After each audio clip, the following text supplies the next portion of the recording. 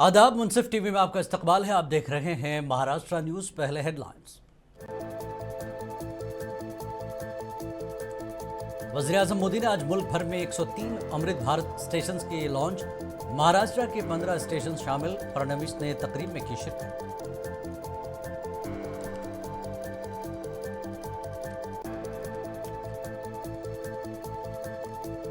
श्रीकांत शिंदे की क़यादत में कुल जमाती वफ़द ने आज अबूधाबी में मुख्तलिफ रहनुमाओं से की मुलाकात। दहशतगर्दी पर हिंदुस्तान का मौक़िफ़ किया वाज़ेह।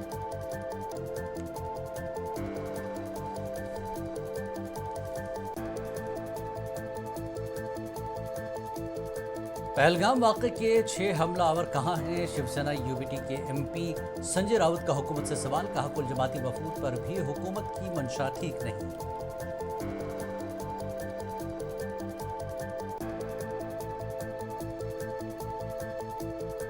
फिल्म अदाकार सलमान खान के अपार्टमेंट में गैर कानूनी तरीके से दाखिल होने की कोशिश। 2 अलहदा वाक़यात में पुलिस ने एक शख्स और एक खातून को किया गिरफ्तार।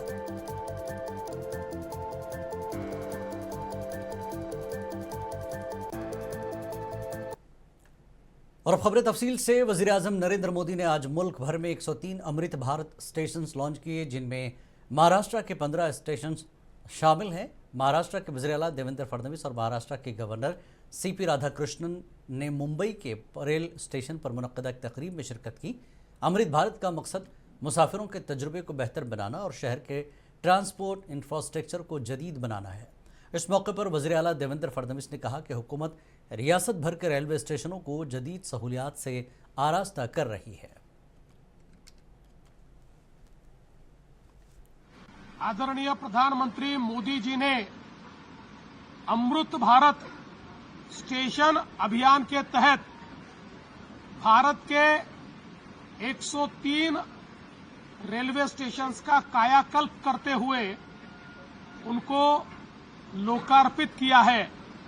इसमें 15 स्टेशन महाराष्ट्र के भी है, विशेषतः मुंबई के परेल, चिचपोकली, माटुंगा और वडाला रोड ये स्टेशन इसमें शामिल है। इसके साथ साथ कई अन्य स्टेशंस का भी विकास हुआ है। अकेले महाराष्ट्र में मोदी जी 100 से ज्यादा स्टेशंस का विकास कर रहे हैं और विशेष रूप से हमारा मुंबई का सबसे महत्वपूर्ण स्टेशन छत्रपति शिवाजी महाराज टर्मिनस, इसका कार्य 2800 करोड़ रुपया खर्चा करके मोदी जी संपन्न कर रहे हैं। जल्दी ही इसका भी लोकार्पण होगा।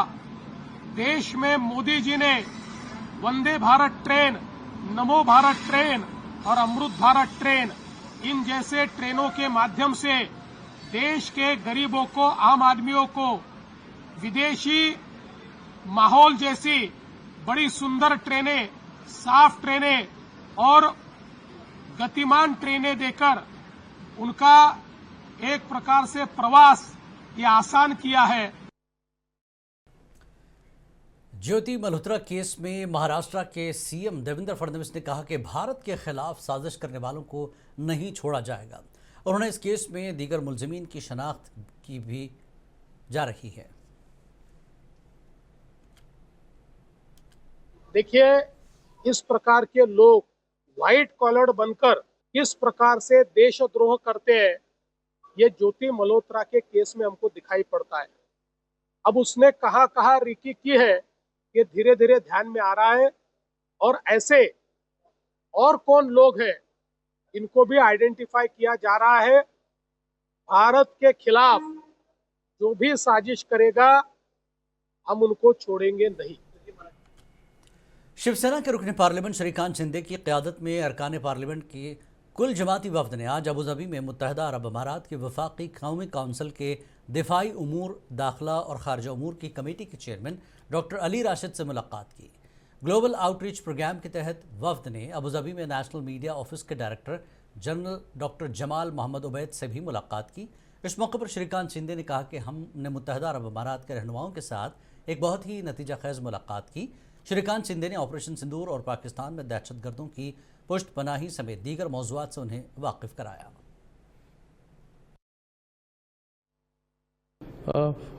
We had a very fruitful meeting with the UAE counterparts. We met the chairman of the defense committee, Ali Rashid Al Naomi, and also we had a meeting with the Minister of Tolerance, Honorable Sheikh Nayanji. I think UAE is standing shoulder to shoulder with full commitment with India against terrorism. The clear-cut message given by the UAE was, we stand against terrorism with India, fighting terrorism. I think this is a very important message because a country like UAE, who is in a neighborhood where diversity is the main culture of UAE, like that of India. India is also a very diverse nation, but still the peace and prosperity which exist in UAE, I think the number of people, the number of Indians who stay in UAE, they feel protected, safe, and the way UAE is progressing, I think a nation like UAE to stand shoulder to shoulder with India in these tough times, in these tested times. UAE की वफाकी कौमी council के chairman doctor Ali Rashid ने कहा कि दहशतगर्दी के खिलाफ जंग में हिंदुस्तान यूएई एक साथ हैं। हम इस बात पर मुत्तफिक हैं कि दहशतगर्दी न सिर्फ किसी एक मुल्क या खित्ते के लिए ख़तरा है बल्कि एक आलमी ख़तरा है। हम समझते हैं कि हमें एक बैनुल-अक़वामी बरादरी के तौर पर इकट्ठा होना चाहिए। First of all, we had a very successful meeting with our friends from the Indian Parliament. We discussed the strategic relationship between the UAE and India, and we emphasized that we are in the same boat. We face the same challenges. We share so many opportunities. We have to have more engagement together, working together for not only for a better future for the two countries, but for the whole region and globally. We have so many things in common. Our commitment for peace, our commitment for prosperity for all, and also our commitment to fight terrorism. And we are in agreement that terrorism is not a threat to a single nation or a single region, but it's a global threat. This is where we believe that we as international community should come together, and especially members of parliament who represent the people, who care about the safety of the people. Shiv Sena UBT के रुकने parliament Sanjay Raut ने सवाल किया कि पहलगाम वाक़े के 6 हमलावर कहां हैं। उन्होंने कहा कि मरकजी वज़ीर दाखिला को इससे मुल्क को वाकिफ कराना चाहिए। राउत ने कहा कि आंध्र प्रदेश सिंदूर ऑपरेशन सिंदूर उस वक्त तक मुकम्मल नहीं होगा जब तक उन 6 दहशतगर्दों का मुकम्मल खात्मा नहीं हो जाता। पहलगाम का जो हत्याकांड हुआ, हमारी लगभग 26 माताएं और बहनों का जो सिंदूर खत्म कर दिया हुआ, जो नाराज हम अतिरेकी दहशतगर्द थे, उनका क्या हो गया? यह हमारा सवाल हमेशा रहेगा। आपने पहले युद्ध किया, आपने फिर सीज़फायर किया, प्रेसिडेंट ट्रम्प आया, इसमें आपने 50-60 सांसदों को विदेश यात्रा पर भेज दिया। लेकिन मुख्य प्रश्न है कि वो 6 आतंकवादी कहाँ हैं? उस बारे में अगर देश के गृह मंत्री ने देश को अवगत किया तो हम आभारी रहेंगे। ऑपरेशन सिंदूर तब तक पूरा नहीं होगा जब तक ये 6 आतंकवादी का खात्मा नहीं होता पूरी तरह से। वो नहीं हो रहा है, 1 महीना हो गया ना। इस प्रकार से पुलवामा के आतंकवादियों का खात्मा हुआ, पता नहीं वो कौन थे, कहाँ गए, कहाँ से आए, और अब पहलगाम में भी यही हो रहा है। बस बड़ी बड़ी लंबी लंबी भाषण चल रहे। अब हमारे प्रधानमंत्री पहलगाम के ऊपर लोगों को कथा कथन करने वाले, क्या हुआ और हमने क्या किया। आउटरीच प्रोग्राम के लिए कुल जमाती वफ्द की तश्कील पर तबसरा करते हुए संजय राउत ने कहा कि हुकूमत ने जिस अंदाज में यह वफ्द बनाया है वो अपोजिशन में तकसीम पैदा करने की कोशिश है। उन्होंने कहा कि हुकूमत की मंशा ठीक नहीं है। बात ऐसी है, इसके लिए जिम्मेदार सरकार है। सरकार ने जिस तरह से डेलीगेशन का गठन किया है वो अपोजिशन में स्प्लिट करने के लिए किया है। उनकी मंशा साफ नहीं है, वो आतंकवाद से लड़ना नहीं चाहते। वो आज भी इस बहाने देश के अपोजिशन से लड़ रही है, उसमें दरार डाल रही है। महाराष्ट्र के नायब वज़ीर आला एकनाथ शिंदे ने कहा कि मुंबई म्यूनसिपल कॉरपोरेशन के तमाम मेंबरान की मीटिंग हुई। इजलास में वार्ड्स के मसाइल और उनकी तरक्की के लिए दरकार मदद पर तबादला ख्याल किया गया। एकनाथ शिंदे ने कहा कि महायुति ने तमाम ज़ेर इल्तवा काम मुकम्मल कर लिए। उन्होंने कहा कि जिस तरह असम्बली इंतखाबात में महायुति को लोगों की हिमायत हासिल हुई, उसी तरह BMC इंतखाबात में भी महायुति को आवाम की भरपूर हिमायत हासिल होगी। उन्होंने कहा कि हम आने वाले BMC इंतखाबात में वाज़ेह अक्सरियत हासिल करने के लिए पुरजोश हैं।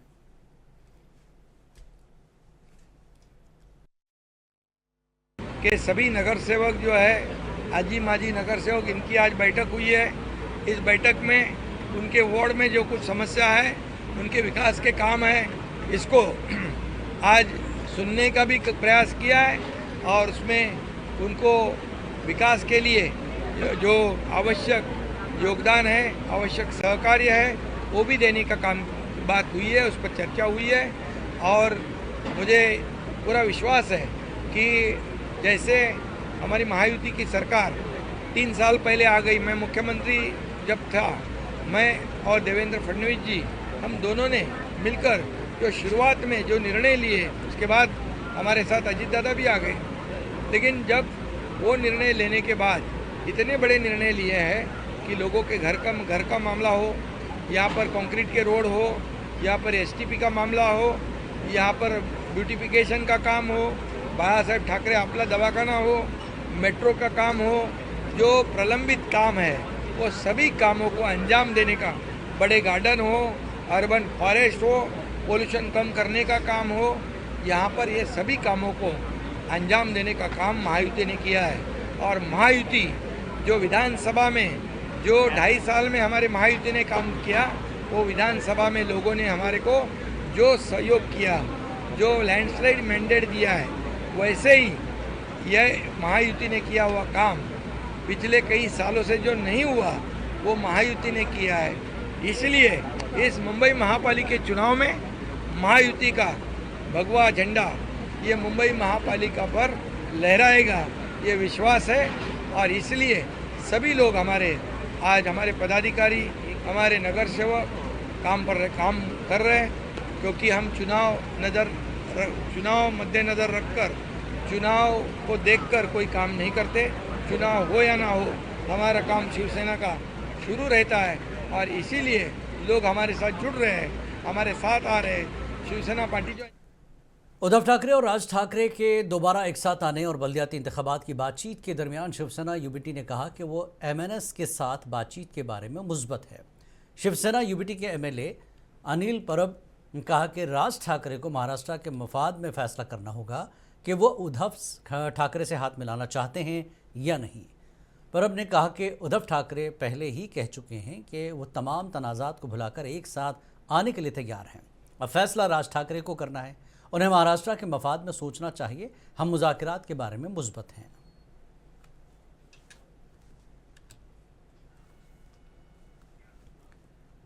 और महाराष्ट्र की कानून साज काउंसिल में गौवंश हत्या कानून साजी की अवामी और सियासी हलकों में सख्त मजम्मत की जा रही है। गौवंश हत्या कानून के तहत अब गाय काटने पर मकोका के तहत कार्रवाई की जाएगी, जिसमें ज़मानत का इम्कान नहीं के बराबर है और इल्ज़ाम साबित होने पर 5 साल कैद की सज़ा हो सकती है।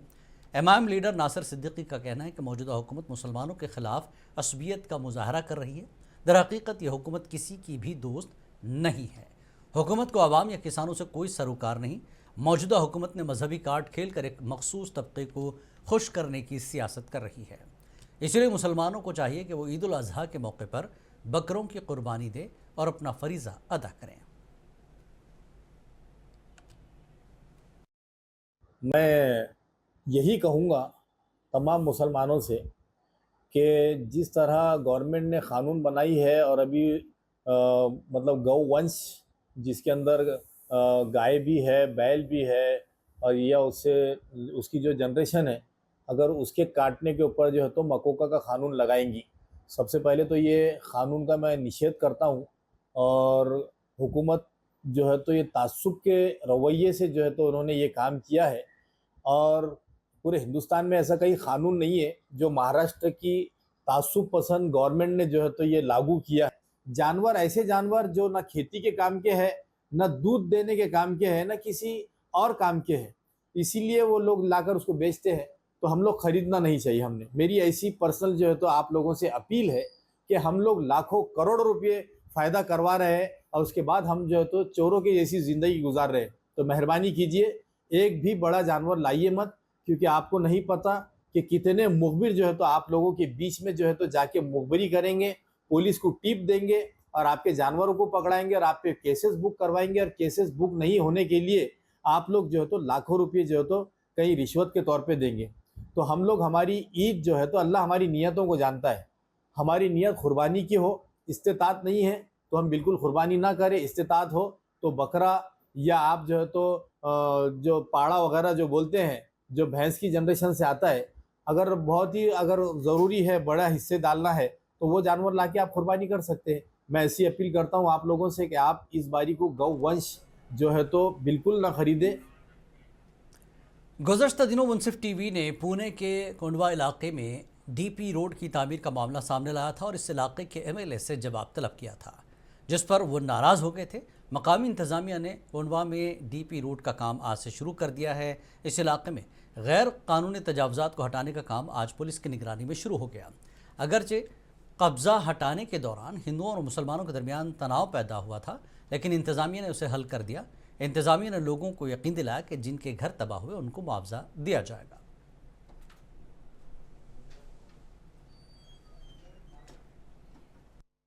और आज ये डीपी रोड की धड़क कार्रवाई आज शुरू हो गई है। इंशाल्लाह डीपी रोड अभी बन के ही रहेगा। बिल्कुल डीपी रोड पे इसके बाद कोई भी अतिक्रमण करने की कोशिश ना करो।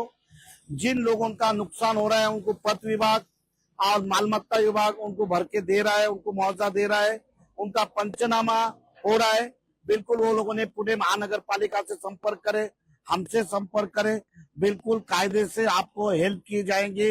लेकिन अभी डीपी रोड के लिए कोई भी आड़वाएगा तो उसको पुलिस छोड़ेंगी नहीं। ये डीपी रोड होना बहुत जरूरी है। नांदेड़ जिले के तालुका देगलूर में आज शिवसेना शिंदे ग्रुप की जानिब से तिरंगा रैली निकाली गई। ये रैली देगलूर के हनुमान मंदिर से शहर के मुख्तलिफ रास्तों से निकाली गई। वाजरे के हाल ही में फौज ने ऑपरेशन सिंदूर को कामयाबी से अंजाम दिया और इसलिए भारतीय फौज के एजाज़ में तिरंगा रैली निकाली गई।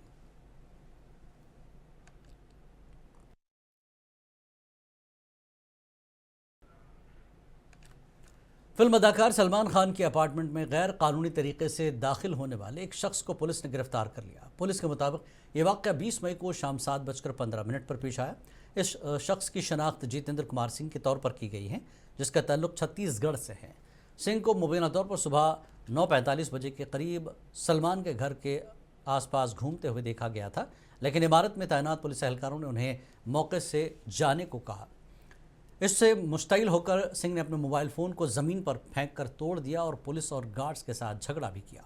बाद में उसी शाम सिंह मुबैना तौर पर गैलेक्सी अपार्टमेंट में रहने वाले और शख्स की कार में इमारत के अहाते में दाखिल हुआ, लेकिन इसकी कोशिशों के बावजूद वो एक बार फिर पकड़ा गया और इस बार उसे बांद्रा पुलिस के हवाले कर दिया गया। उस शख्स ने मुबैना तौर पर पुलिस को बताया कि वो सलमान से एक बार मिलना चाहता था।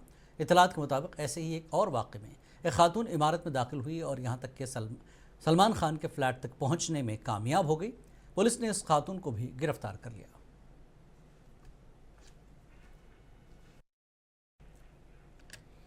औरंगाबाद में हम जिन्स परस्तों की डेटिंग ऐप पर जाली प्रोफाइल बनाकर पढ़े लिखे नौजवानों को फंसाया गया और फिर उन्हें मारा पीटा गया, ब्लैकमेल किया गया और लूट मार की गई।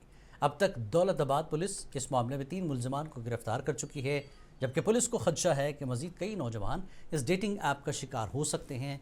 पुलिस मामले की मजीद तहकीकात कर रही है।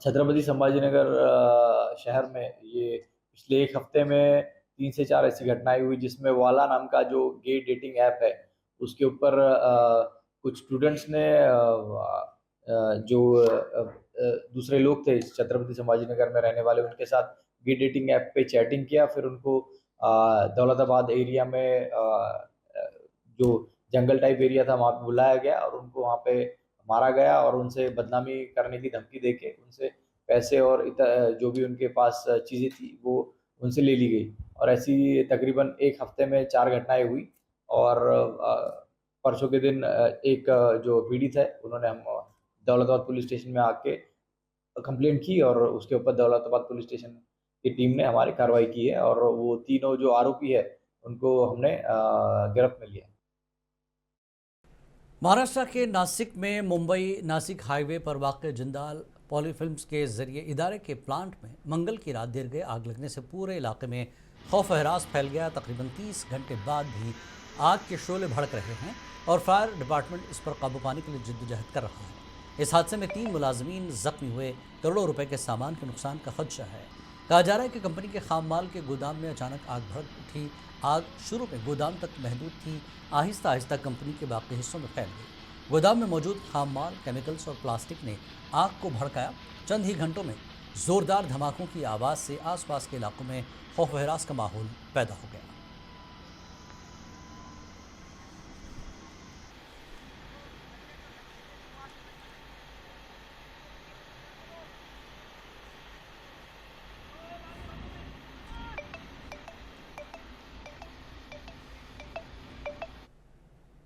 और अब आखिर में हेडलाइंस।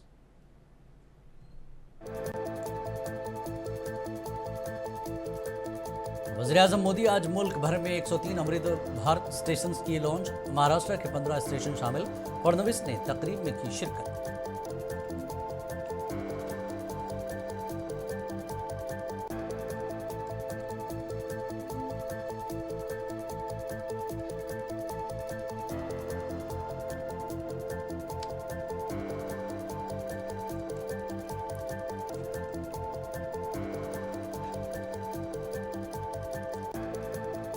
श्रीकांत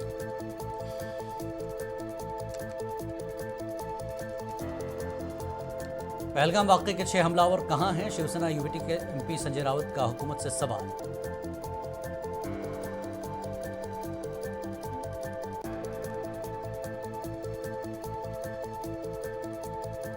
फिल्म अदाकार सलमान खान के अपार्टमेंट में गैर कानूनी तरीके से दाखिल होने की कोशिश। 2 अलहदा वाक़यात में पुलिस ने एक शख्स और एक खातून को किया गिरफ्तार।